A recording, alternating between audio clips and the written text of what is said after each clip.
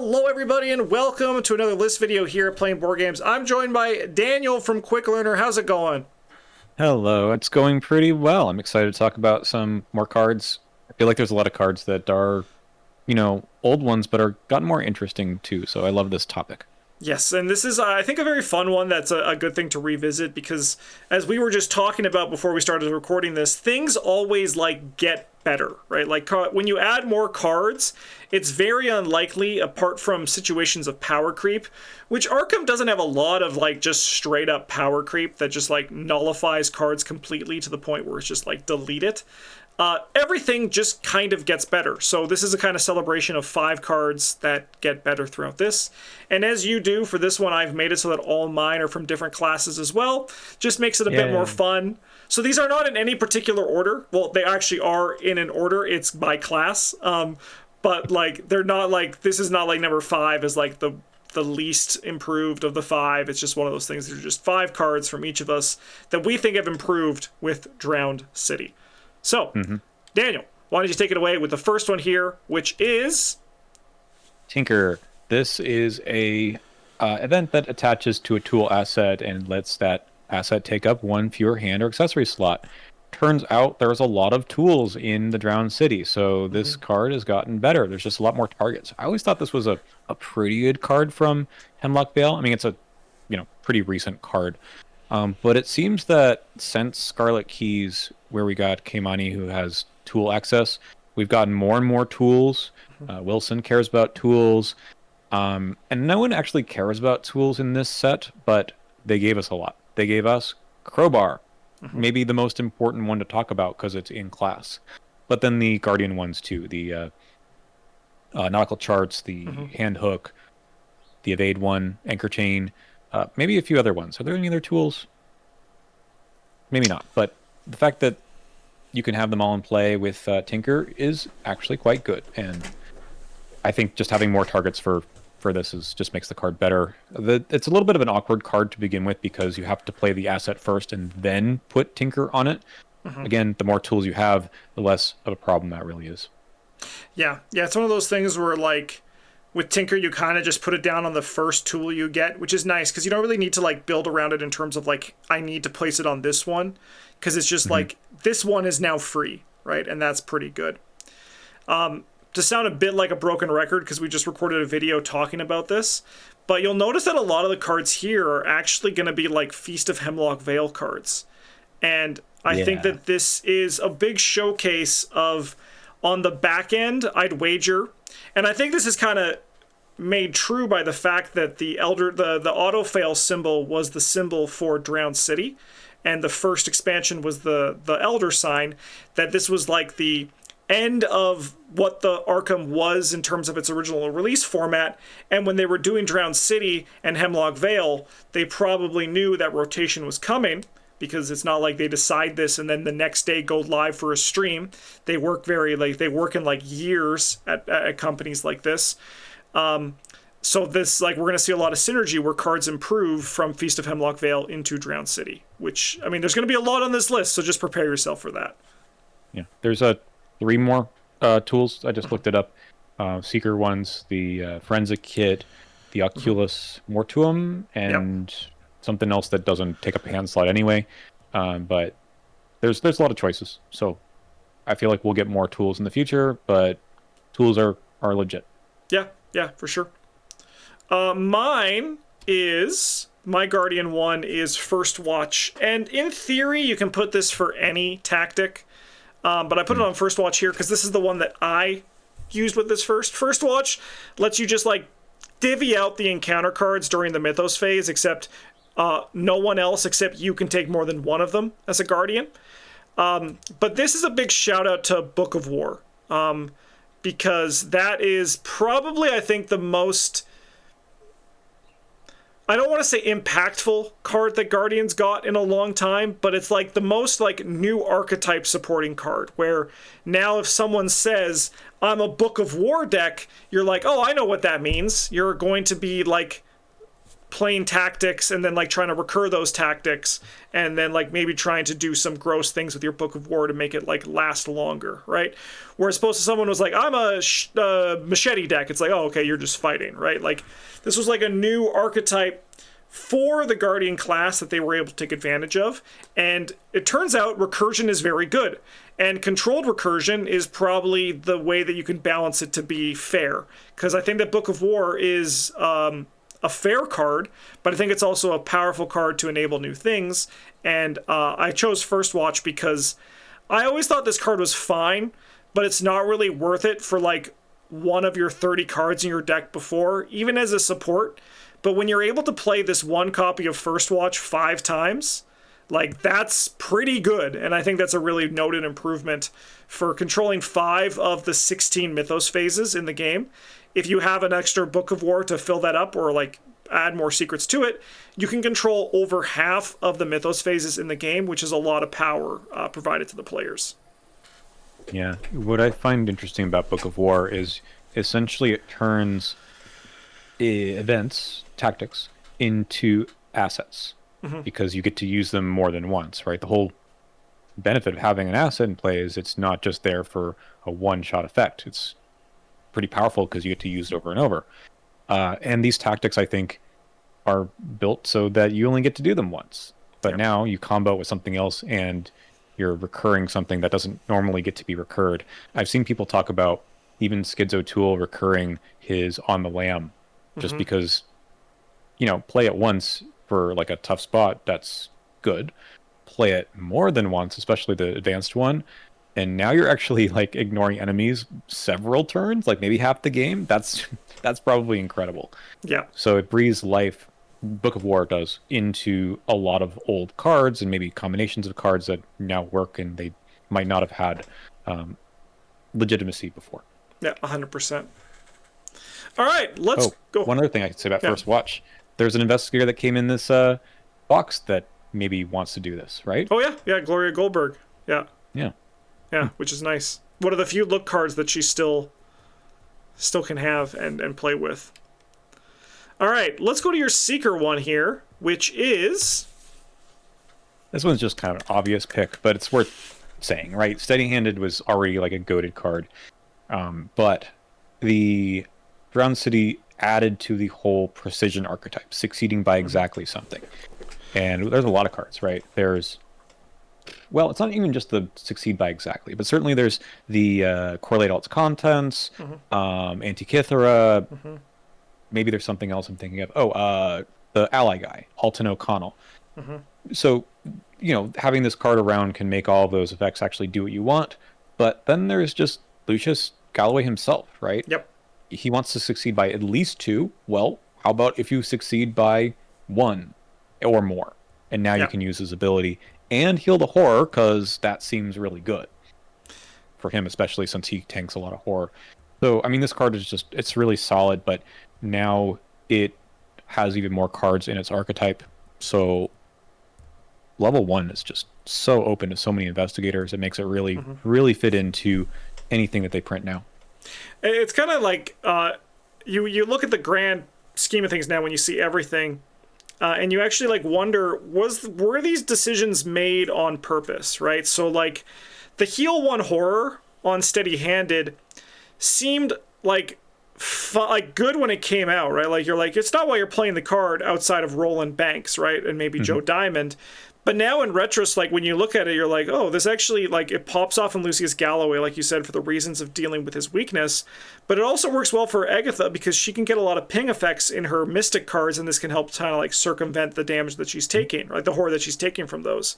So it's like, is all of that done on purpose? Like, and I think that there's going to get like small discoveries like this where cards are going to look back and be like, oh, wait a minute, that was actually here to synergize with this investigator from the future, which I think is really cool. Because, like, this is a home run with Lucius Galloway, and we know that they were probably designed in tandem, right? Like, they had, like to come with that. So I'm very curious to if this is a trend or just me seeing a shape in a cloud that isn't actually there.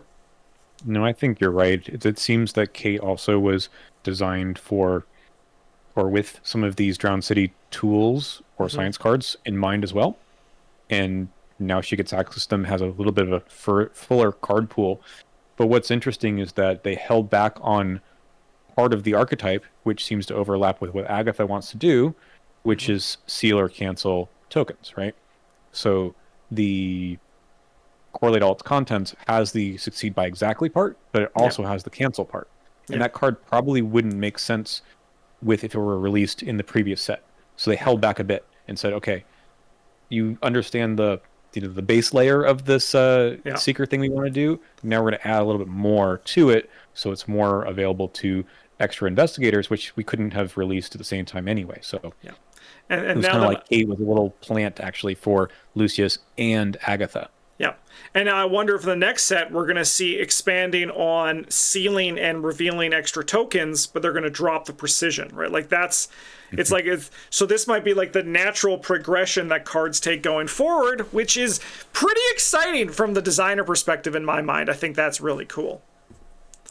If we're right. I mean, it feels like we're doing the whole, connecting threads from different pictures on the corkboard there, but yeah. But it seems like it, yeah. Like it could just be us going, like, talking crazy, right? Like, that cloud looks like Lucius Galloway, like. But I believe it. I believe it. I think the designers are very, very good, and this new direction might be beneficial for that. But we could be wrong. We could be crazy. I'm going to bounce off of yours and continue to talk about specifically Antikythera here for fine-tuning. 2-cost event, 1 experience. You can attach it to a science or a tool. So there's also all those tools that can matter. Like, I think actually correct me if I'm wrong, but nautical charts, anchor chain, and the hand hook all exhaust as well, right? Mm-hmm. So, like, pardon? Crowbar also exhausts. Look at that. So all these, wow, it's almost like everything's just lining into place. And all the cards are kind of meant to be played in tandem with something I've said. The new design team, I think, are very good at making balanced cards, but they think that they're very good at giving you ways to make them unbalanced to work with them. And like Antikythera, the 5 experience accessory slot is very good. But what if you could do it twice, right? Like, what if there was now a capstone that fine-tuning could live on that made it so, hey, what if I just gained like 3 upkeep phases in a turn, right? Or an upkeep, an action, and like an upkeep, or an upkeep, a clue, and an action, right? Like, there's a lot of crazy stuff that this can happen from just readying that multiple times. This was actually the prediction that we voted for, or at least I voted for in our yearbook, for most likely to be tabooed, because exhaust as a cost is a very important thing. And being able to ready stuff that exhausts can bust cards wide open that just basically ruin the math that went into the initial design for them. So I don't think we're there yet, but I'm watching you, fine-tuning. I'm watching you. This is certainly the easiest way to do it, since it's an event that attaches. But you'll notice that they've done a few other ready and asset things recently. So yeah, maybe that it is part of the design. I mean, I've seen it in action. I've seen the fine-tuning attached to a 5 XP card that gives you a million things, and it's gross, but they think they're okay with that. That seems to be okay. I also feel like, especially with rotation, taboos might become less common, much to the chagrin of people at home. Because I think the idea is that things will rotate out, and maybe they'll only taboo for like legacy in mind. That's just my hunch as well, but who knows? Yeah, we'll see what kind of time they want to invest in the taboo list, because they only have done it like twice a year anyway. So yeah, and they've been saying one's been coming for a while, so I don't expect fine-tuning to get tabooed in its current state. I think it's entirely fair, but we're 1 card away. If only Blood of Thoth was a tool or science. It's a relic or something. It's a charm. I don't know what it is. I'm glad that this isn't fast. Pardon? I'm glad this isn't fast. Could you imagine if this were fast? It probably could be. That's the scary thing. But it's probably right that it isn't. I think if this was printed in like Dream Eater's time, this would have been fast for sure. Oh, yeah. And cost 1. And Yeah. you get 3. Yeah. Yeah, and they're not limit 1 per asset. Sorry, I was gonna say I hope that in 5 cards that got bettered with the Flames of Cthulhu, we can say Blood of Thoth did. That'd be fun to see. It just broke open that card. It was a plant for Yeah, the it's a next plan all for the along. next one. Yeah. All right, let's go on to your rogue card here. And also, I mean, I'm going to be real. We're going to kind of talk about our 2 rogue cards together because they're related to the same thing. So we're going to kind of bounce between these here. But you have the 41 Derringer, and I have the Colt Vest Pocket. 2 firearms. Why did these cards get better? So actually stole yours, right? You picked Yeah. 41 Derringer also.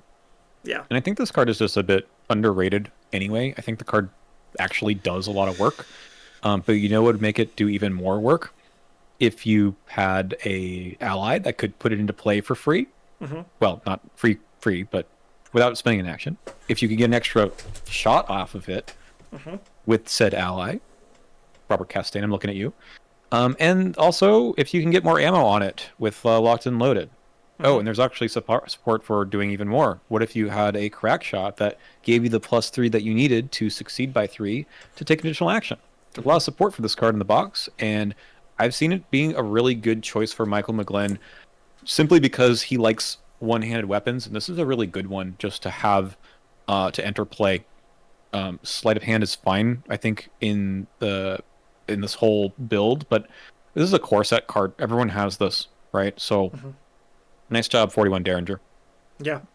Yeah, my reasoning was that, yeah, Robert Castaigne just busts like a lot of things open, but Michael McGlynn also increases this, right? But like you said at the start of this, I think this card actually was kind of underrated just because the Mauser was a little bit more, it just kind of filled the spot. The Mauser came out and everyone was like, this card's great, you know?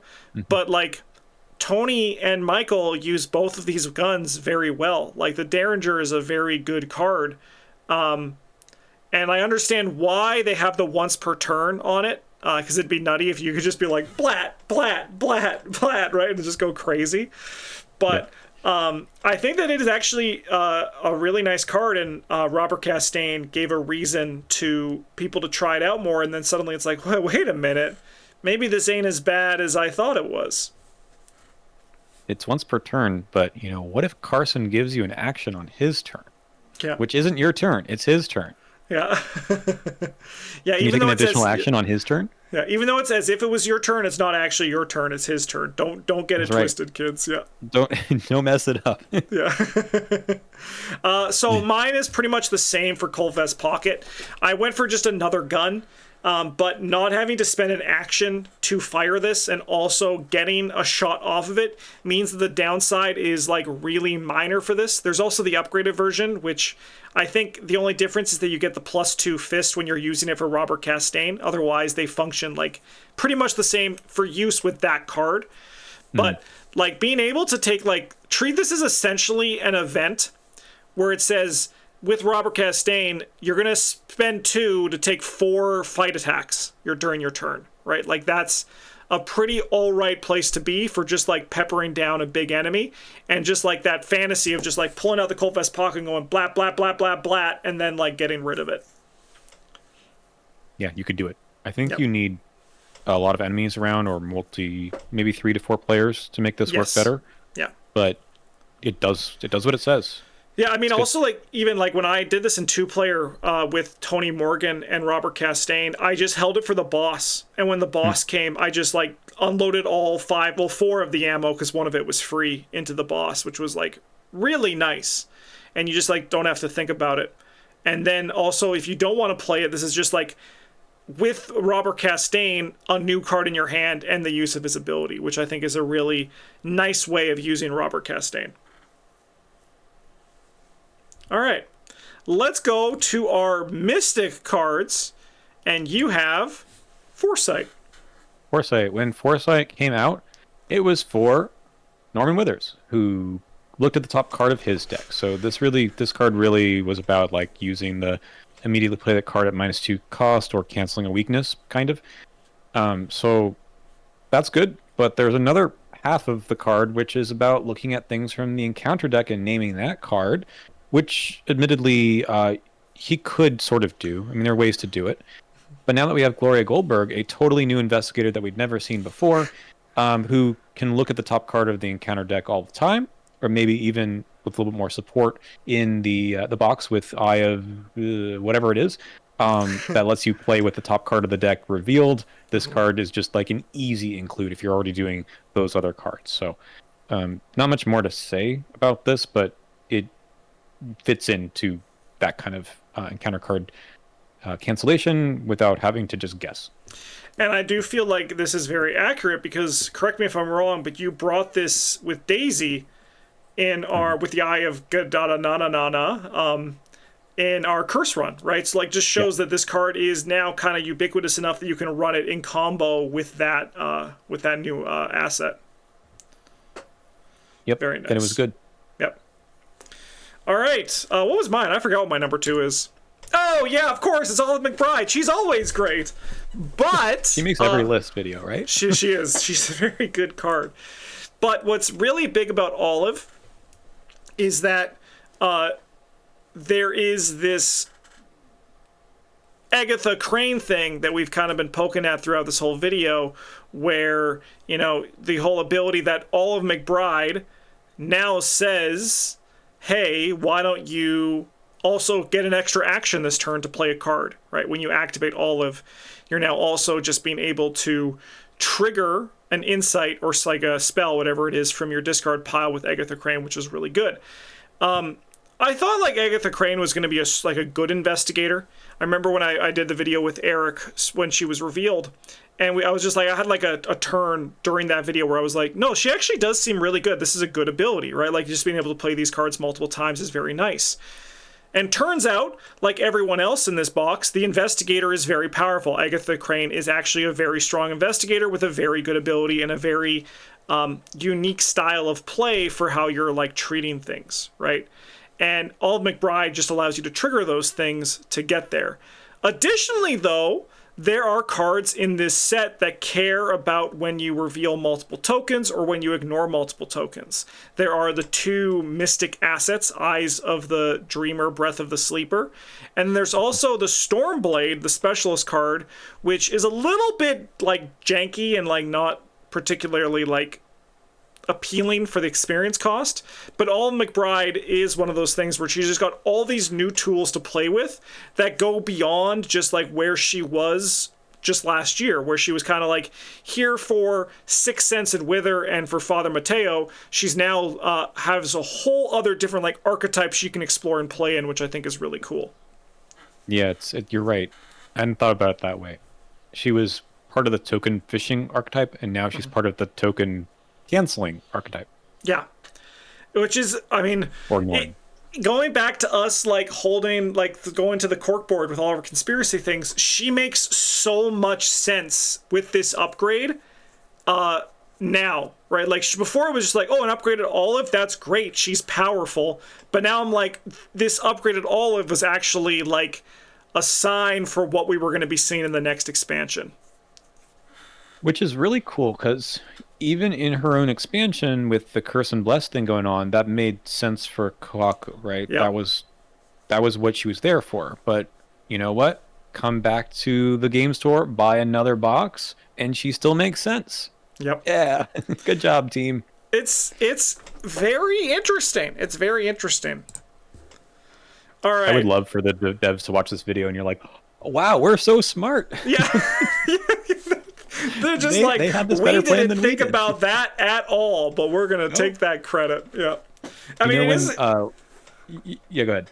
It is one of those things where it's like, is it the millstone of copy, sort of content creation where you have to find things to talk about and you see things that aren't there? Or is it because we've been playing the game so much, we can see these trends and being able to talk about them because they are there, right? So who knows? Yeah, it just reminds me of when like filmmakers or authors read fan feedback or content about, you know, whatever the product was and that they made, thing that they made, and then there's some idea that everyone seems to have read into that film or the novel, and the author's like, No, Yeah. not at all. Yeah. You Yeah. guys are crazy. But who knows? It feels like it makes sense to me. It makes me feel good about the game and the designer. So let's go with it, right? Yeah. Yeah. All right. Our last class, last but not least, Survivor. Daniel, what's your Survivor card here? I picked Improvised Shield.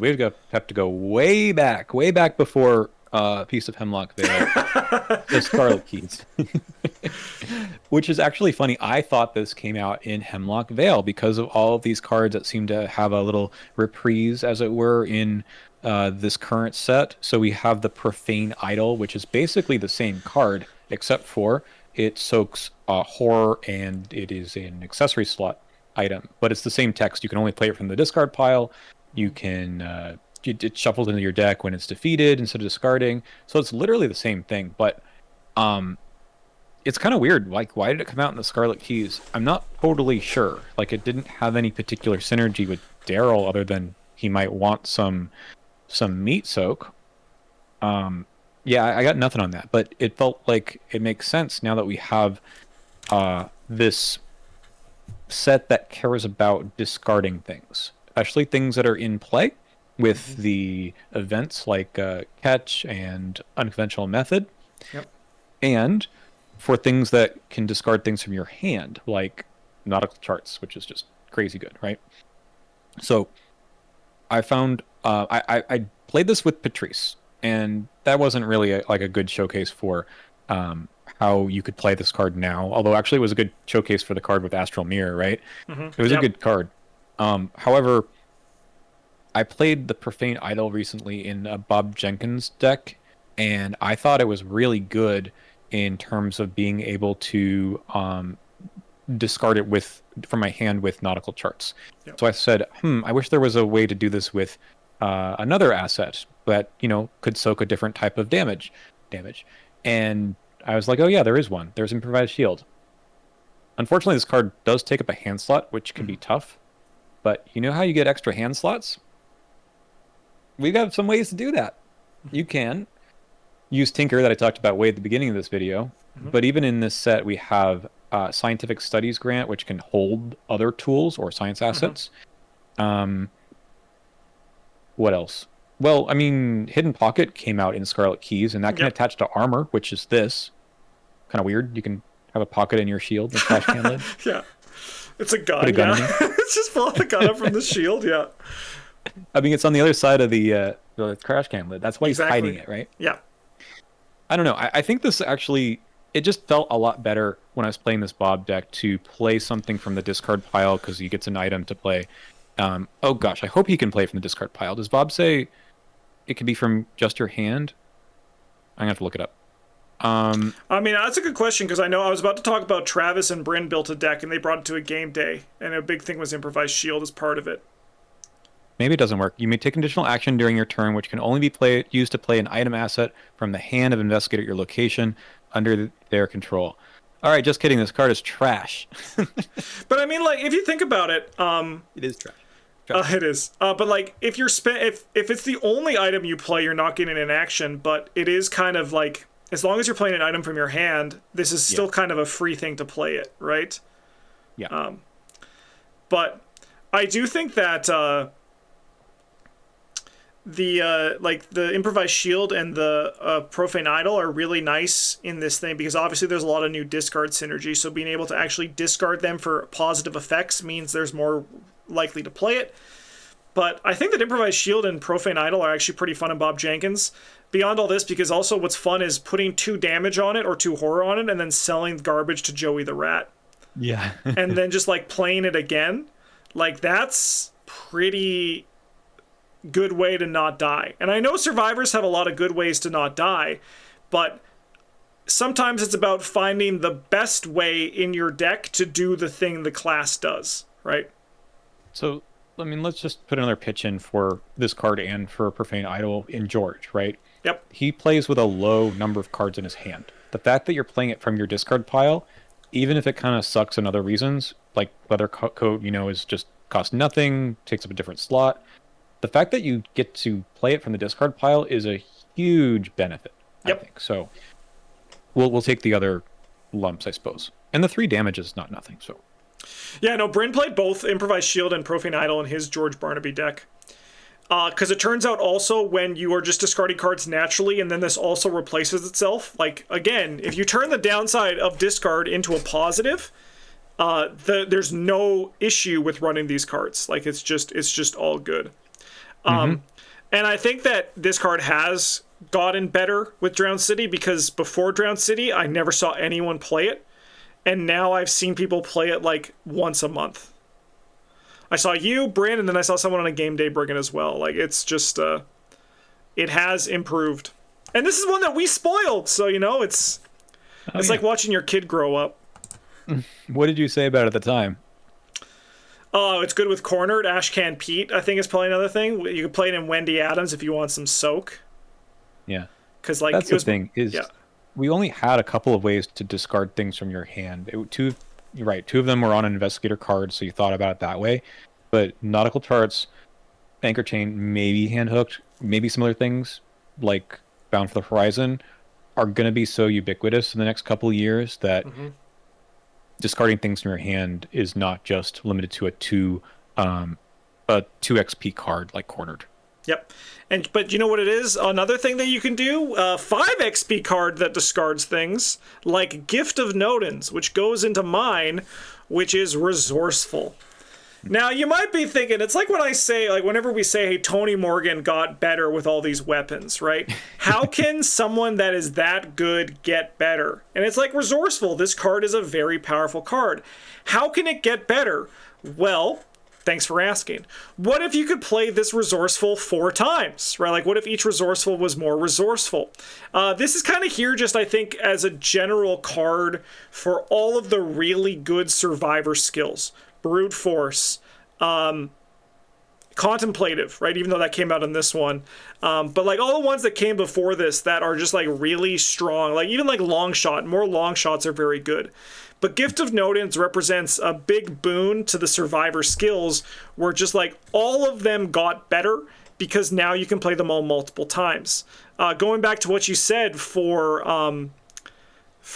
Book of War, where it turns your tactics into assets in a way, I would argue that Gift of Nodens does a similar thing, where it turns your skills into assets that you're able to use with, like, 2 uses. And even more if you're able to do some really gross things that are available with it. And Resourceful got the name here because it allows you to turn, one, the downside of Gift of Nodens to soften it, because you're able to, like, return that card to your hand or cards that you discarded before, but it also allows you to now play your other skills multiple times and then also use them again. So, like, you could use a Brute Force. You could use a Resourceful to grab that Brute Force. You can play that Brute Force. You can then use that Resourceful with Gift of Nodens to return that Brute Force, and then you can play that Brute Force, right? Like, that's insane. And then you can use that Gift of Nodens to play that Brute Force. That 1 Brute Force has been played 8 times, and that 2 Resourcefuls allow you to do that. Copy and paste this with any other survivor skill instead of Brute Force, and, like, it's insane how all the skills have kind of just improved because of Gift of Nodens. You know, they're going to have to introduce a Legend of Zelda Breath of the Wild mechanic here, where every time you use the skill card, it slowly deteriorates, and then it has to be torn up and goes out of your collection forever. I mean, like, if Arkham was a digital game, that would be so cool, where, like, the cards, like, it's like Slay the Spire. There's, like, that weapon that I think it's in the Silent class where, like, it deals damage, but every time you use it, it goes glass knife. Yeah. And, like, that kind of thing would be so cool to see that, like, mechanic-wise. This also is a big shout out to Improvised Shield, because that also works with Gift of Nodens, right, and Profane Idol. That's what Bryn was trying to discard quite a bit when he was playing it with his George Barnaby deck too. So, like, there's all this improvement that is just, like, all these fun little synergies that are starting to show once you've played with the cards from this cycle a bit. What's she reaching for there? Is that, like, some hedge trimmers or something? No, it's actually, so there's a copy of Brute Force underneath the hedge trimmers. Yeah. Think she'll ever get it? Feels like every time I play this, she's just out of reach, right? Yeah. It is like the kitchen. It's like it has, like, garden shears. Yep. Yeah. It's such a good card. It will never it will never not have a place in the game. And Yeah. you're right. It's shocking that it's just gets better with this whole set that cares about things from your discard pile, you know? I feel like I gotta build like a true survivor Gift of Nodens deck, which sounds like overkill, but that's kind of the point. You know, it's funny. The other part, and we've talked about this ad nauseum in previous videos, but since we actually got some level 3 cards and a level 5 card in Survivor, running short supply or anything else that just randomly discards stuff, that you feel like, hey, this is a powerful card, getting it back is still pretty easy because we have Resourceful. So Yep. the fact that there are more powerful cards to recur, even last chance with 3, even without Gift of Nodens around yet, is better because it doesn't just get used once. Yep. Yep. It's kind of wild. Kind of wild. I'm looking forward to like not playing Resourceful for a little bit to see what happens. Like I remember when I know Resourceful is good. Like when I played Daniela Reyes for the first time, and 2 of my Survivor level 0 slots went to Resourceful, and people in the comments were like, "Why are you doing that?" I'm like, "Brother, guess how I'm upgrading, you know, like guess what I'm going to be doing in the future." And I was recurring brute force. Yeah. Yeah. And the icons have always been solid, right? The funny thing about this set is everyone talked about how watch this, Inspiring Presence. Is it just those 2? The ones from Carcosa that got upgrades. And then this didn't. Eureka didn't. What was the Mystic one? Torrent of Power. Torrent of Power. Okay, that doesn't count. We're going to see that in the next cycle. We're going to see that maybe in the next you're right. cycle. It's got the charges. Yeah. It's got the charges. Okay. You're here first. Level 2 Torrent of Power. Maybe level 3 if we're lucky. I mean, anyway, honestly, we didn't get a level 2 one of these. Torrent of Power, but if they for each charge you spend, you draw a card after the test resolves. They just got to do that. Honestly, print the exact same symbols, but just it draws cards instead. Mystics would love it. Level 3. Level 3, yep. Anyway, what would a level 2 or 3 Resourceful look like? Because maybe we're going to get it. It's just that they didn't want to print it too soon. What would a level 2 or 3 Resourceful look like? That's a great question. I mean, it could just be as simple as make these, wild icons instead. I mean, that's probably what they would do, like a watch this style thing. I would love it if you put one into your hand and you shuffled another into your deck. Like if they kept the symbols the same. Mm-hmm. Or they did that, but it also removed itself from the game. I think that could be something they could do as well. Like even if it was like maybe return 2, but Resourceful removed itself from the game. Like that as well. I like the shuffle into the deck part. I think that's a lot of fun. Yeah. That's cool. I would play the hell out of that. I mean, it would be interesting, right? Like, what would you be able to do? Like, what's the other thing you would pick? Because you can't use it right away, but you can use it in the future. Hopefully. Yeah, it'd be really good for like events, right? For that kind of stuff. But and then Eureka would just be look at 6. No. It's gonna look at 12. Look at 12. Take 2. I really want that Torrent of Power though that draws cards after. Yeah. All right. I mean, suddenly this list video turned into a 5 cards we'd like to see. Yeah, in the Fires of Cthulhu, which I will say is not real. Don't worry about it. I'm just making stuff up. It's not a real expansion. Don't worry about it. I think we have foreseen so much already in this video. We saw how they've had a through line from the last 3 sets to this one, and we saw the future already. We have Foresight to call back to a card we already talked about. Yeah. So we already know the name of the next campaign. Man, it's going to be crazy if it actually is, and then everyone's never going to like take my jokes serious again. They'd come up with a better name than Fires of Cthulhu. I know what it is, but I don't want to spoil it, so... Tell me after this, right? Yeah, of course. Okay, all right. Good. In the meantime, thanks for watching, everybody. I hope you enjoyed this video. I also decided I'm going to make these, instead of the 5, I'm going to make the class symbols. Because I feel like that works well for these list videos for that, so that'll be good. But yeah, thanks for watching, everybody. I hope you enjoyed this. If you want to support the channel, you can do so by liking, commenting, subscribing, all the usual YouTube stuff that I have to say by contract with myself.